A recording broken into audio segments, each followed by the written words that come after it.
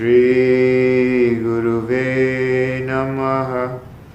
Shri Guruve Namaha. Shri Guruve Namaha. Acharyam Vijaniya Navamanyeta Karhichit Namartya Buddhya Suyeta Sarvadeva Mayo Guru. He Akaran Karuna Patita Pavan Shri Krishna, तुमसे विमुख होने के कारण अनादिकाल से हमने अनंत अनंत दुख पाए एवं पा रहे हैं। पाप करते करते अंतःकरण इतना मलिन हो चुका है कि रसिकों द्वारा यह जान भी कि तुम अपनी वात्सल्यमयी दृष्टि से हमारी प्रतीक्षा कर रहे हैं, तुम्हारे शरण में नहीं आ पाता। O my divine beloved, causelessly merciful Sri Krishna, having ignored you since time immemorial, I have been suffering, committing sins lifetime after lifetime, have made my mind so impure that in spite of having learnt from your saints that you are waiting for me with arms outstretched to embrace me, with a divine life to grace me, still I fail to surrender to you completely. Hey Sharan Sharan, तुम्हारी कृपा के बिना तुम्हें कोई जान भी तो नहीं सकता। ऐसी स्थिति में हे अकारण करुणा पतित पावन श्री कृष्ण, तुम अपने अहित की कृपा से ही हमको अपना लो। O shelter of the shelterless, it is absolutely impossible to know you without your grace. In such a situation, O causelessly merciful Sri Krishna, O Redeemer of sinful souls, make me yours with a glance of your causeless grace. He Akaran Karuna, हे करुणा सागर, हम भुक्ति मुक्ति आदि कुछ नहीं मांगते, हमें तो केवल तुम्हारे निष्काम प्रेम के ही एक मात्र चाहे। हे नाथ, अपने विरत की ओर देखकर इस अदम को निराश ना करो। O ocean of mercy, I have no desire for earthly or heavenly pleasures, nor do I seek liberation. My only desire is to love you and serve you selflessly.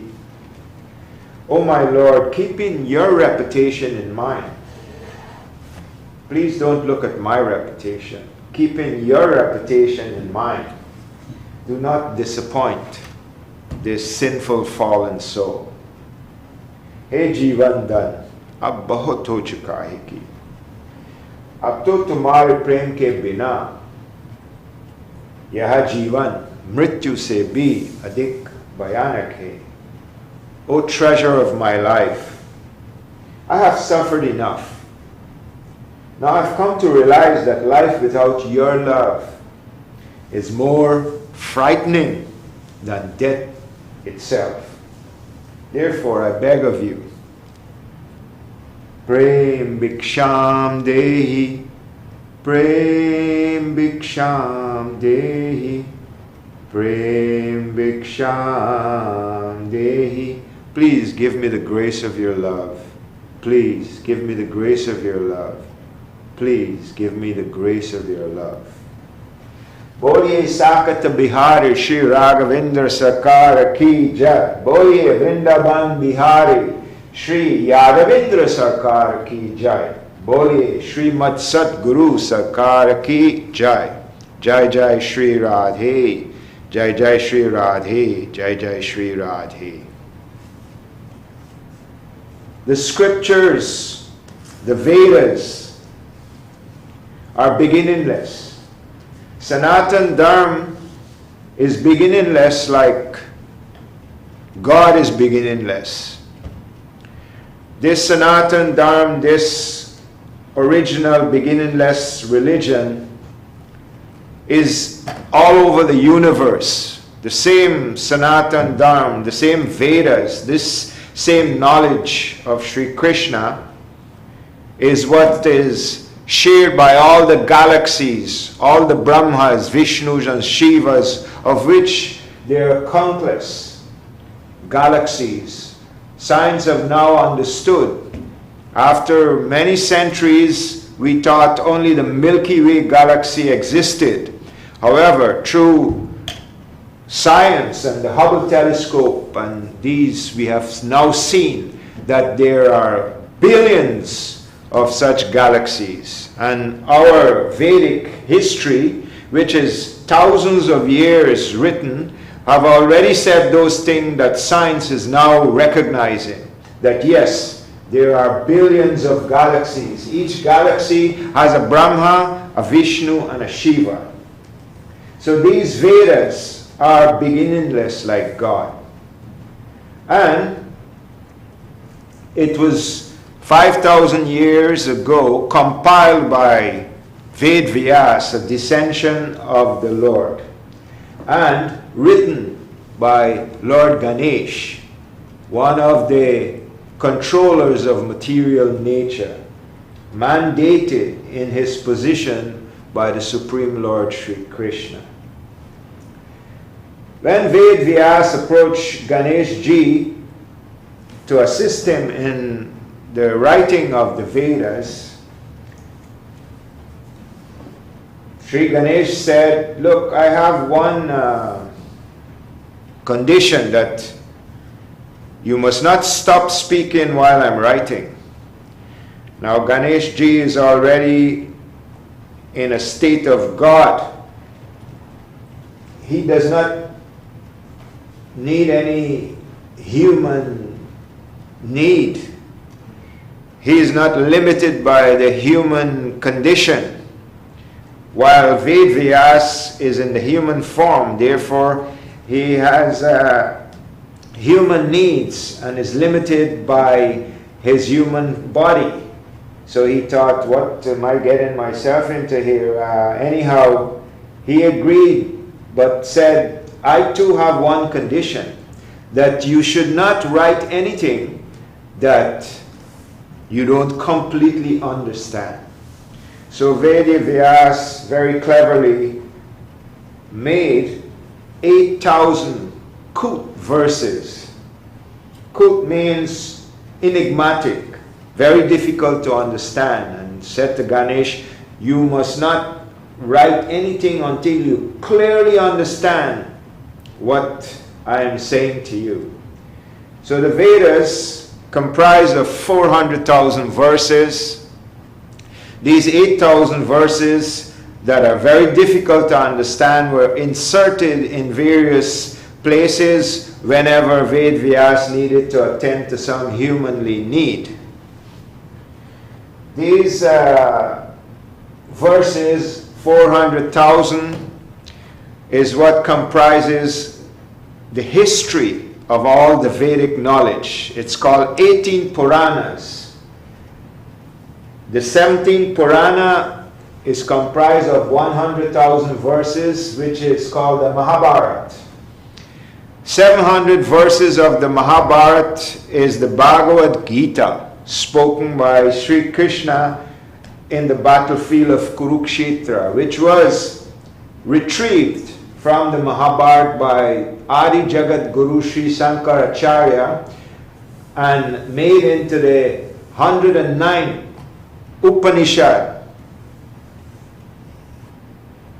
The final Purana, the 18th Purana, is the Srimad Bhagavatam, which describes the love and pastimes of God and the means of attaining love for God and the result of attaining love for God and God's association, which is the supreme attainment. any living entity can have. Now, Sri Chaitanya Mahaprabhu condensed all of the Vedic knowledge into 8 verses called the Shiksha Ashtak. Shiksha means teachings, Ashtak means 8 verses. Mahaprabhu put everything that you need to know, from what to do, what will be your experience, and what will be the result of what you have done in the practice of loving God. So he says, Na danam na janam na sundarim kavitam va jagadisha kamaye mam janmani janmaneshwari bhavatad bhakti rahai tuki tvai. O creator and maintainer of this universe, my beloved Lord Sri Krishna, I want only you. I do not want wealth or luxuries. I do not want relationships of this body. I do not want followers. I do not want to be famous in any way. I do not want beautiful things and beautiful women for enjoyment. I do not want to be a scholar or a poet. All I want is to, life after life, love you and serve you. Look, he's even given up the desire for liberation. All I want is to love you and serve you, life after life. That's all I want. That each life I come, I must always remember you, love you, and serve you without any selfish desire. So this is called the practice of detachment and the correct way to aspire in getting to know God. You have one mind. And you can't love the world and love God at the same time. Whoever loves the world, what does the world mean? Mother, father, brother, sister, daughter, son, all relationships of this body which are temporary, your money, your business, your car, your house, this is the world. Whoever loves the world, the love of the Father cannot be in him. Because you have one mind. You can't serve 2 masters. You have one mind. Life after life, we have wasted our life by trying to love the group of family members in each life, of which you don't know where they are right now. Again, you come back and are doing the same drama of getting attached to a new group that you consider my own. Fake relationships, and you're ignoring your true relationship, because you are an eternal soul, and your Father, the Supreme Lord Sri Krishna, is your eternal Father and Mother. Radha and Krishna are your true parents. You're a soul, you're not this body. You need to stop being attached to your fake relationships. Suddenly you die and then it all goes to zero. None of them will go with you. So, detachment must be a decision made by your intellect after recognizing who is your real relationship, your sambandh, your eternal relationship. Remember, you are an eternal soul, and you should think of your future. So that's the right aspiration. By the practice, you begin with detachment. I don't want wealth and luxuries. I don't want these sources of pride that keeps me attached. Ainanda tanuchkin karam patita mam vishami bhavam budhau kripai tava para pankaj tita duli shararisham vichitayaha. O my beloved son of Nanda, Sri Krishna, I find myself in this human form, in this material experience, this material realm, which is like a quagmire, a perilous place. And I've become a slave of ego. I'm running after wealth and luxuries. I'm running after beautiful things and beautiful women. I like to feel that I have lots of followers. I want to be known as a scholar and a poet and well-educated. I always want to prove I am right and everyone is wrong. I've become a slave of ego. I always compete with the Joneses. I always want to do better than he. And it all comes to naught when you leave this body. I'm such a fool. My ego have me blind. There's nothing more blinding than ego. You can't see the truth. Even if you're an educated person, ego makes you blind. And I've become a prisoner of desires. From one desire to the next, I keep wishing for this and that. I've become a prisoner of desires and a slave of ego. In this condition, I'm very weak, my beloved Lord. But you're all powerful. I'm just a speck of dust under your lotus feet. The soul is 1/10,000 the tip, the diameter of one of your hair. 1/10,000 the diameter of one of your hair on your head. It is so tiny and insignificant, but it is eternal. It is inexhaustible. And it is a child of the divine Lord Radha and Krishna. So know who you're related to, your real relationship. And understand your pitiable condition. This verse describes your pitiable condition. As long as you're in this material body, there is birth, disease, old age, death. As long as you're in this material body, there's suffering caused by your body. Worse than that is the suffering caused by lust, greed, anger, hate, malice, spite, greed, anger, selfishness. Worse than the suffering of your body is the suffering of your mind. And then suffering caused by others who are in the same predicament. And suffering caused by supernatural sources. Suffering caused by the fact that you have limited senses. Imperfect senses. You can only see so far. So small. You have a tendency to make mistakes. You suffer from illusions, delusions. And I also suffer with a cheating propensity.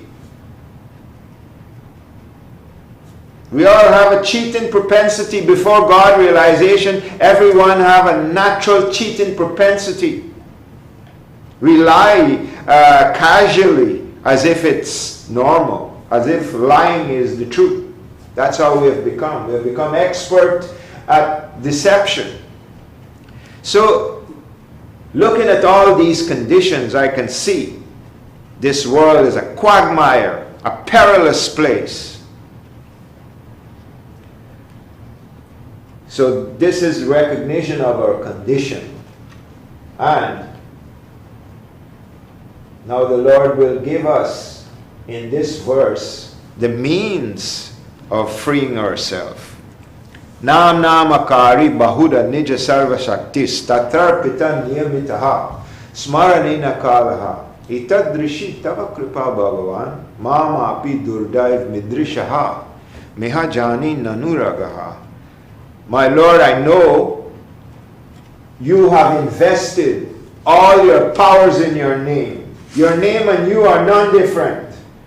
When an individual soul truly realizes that God and His names are one and the same, with equal potencies and attributes, at that very moment, he will attain God.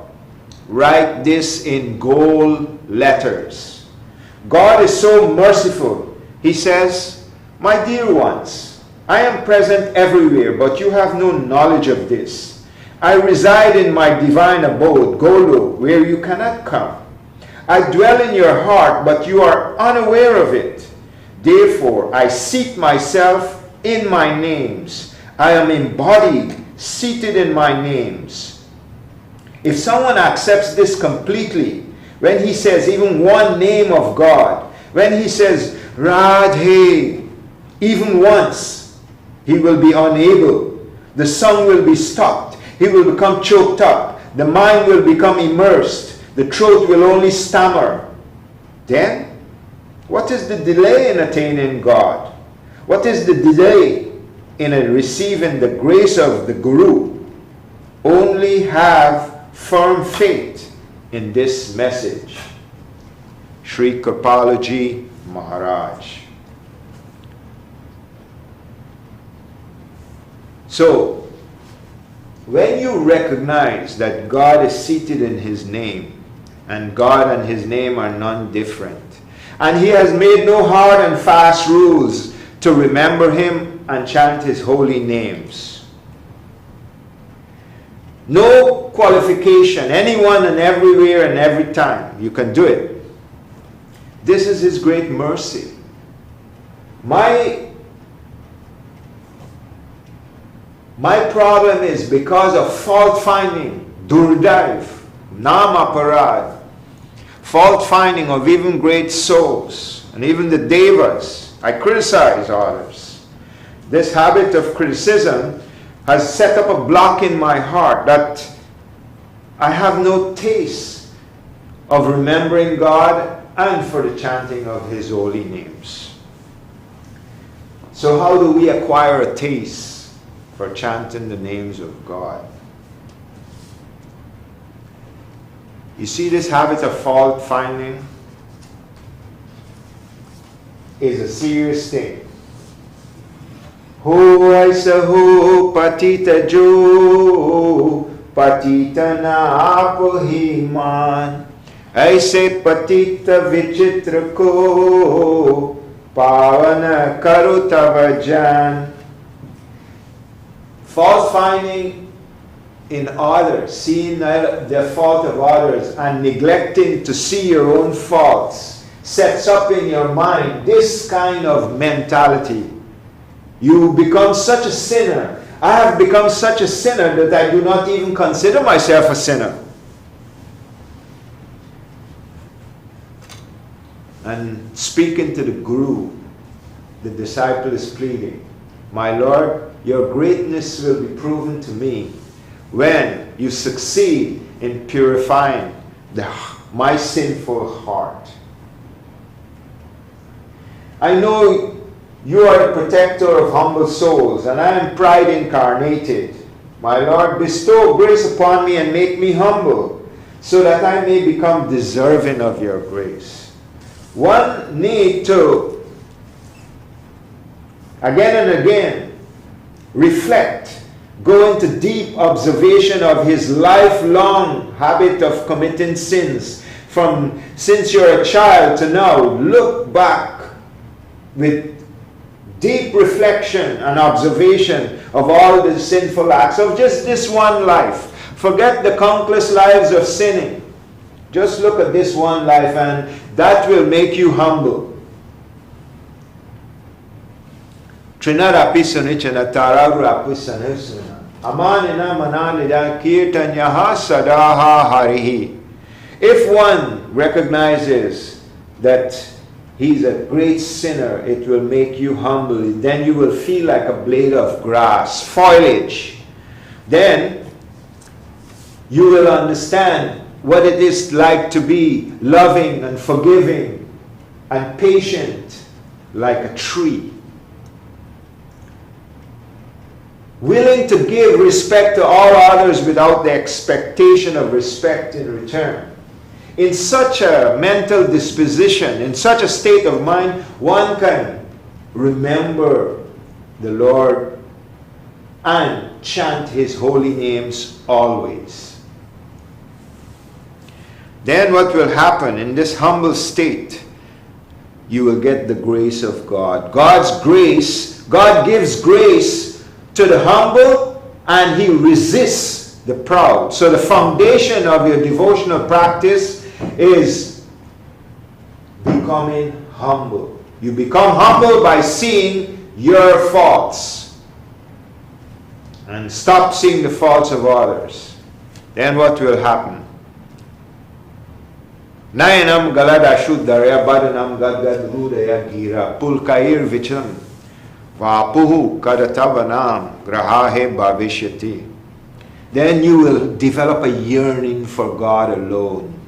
You will proclaim that, oh Lord, when will tears flow from my eyes like torrents of rain? When will there be a trembling in my body and in my heart when I remember your glorious pastimes? When will my voice choke up when I try to call your names? When will these ecstasies of divine love for God be my experience? When will that happen? When you're completely surrendered, accepting good and bad with equal feeling. Ashlishava parartampinashtuma yata tata karoto va ashlisha va padartampinashtuma adarshana marmahatam karoto va yata tata va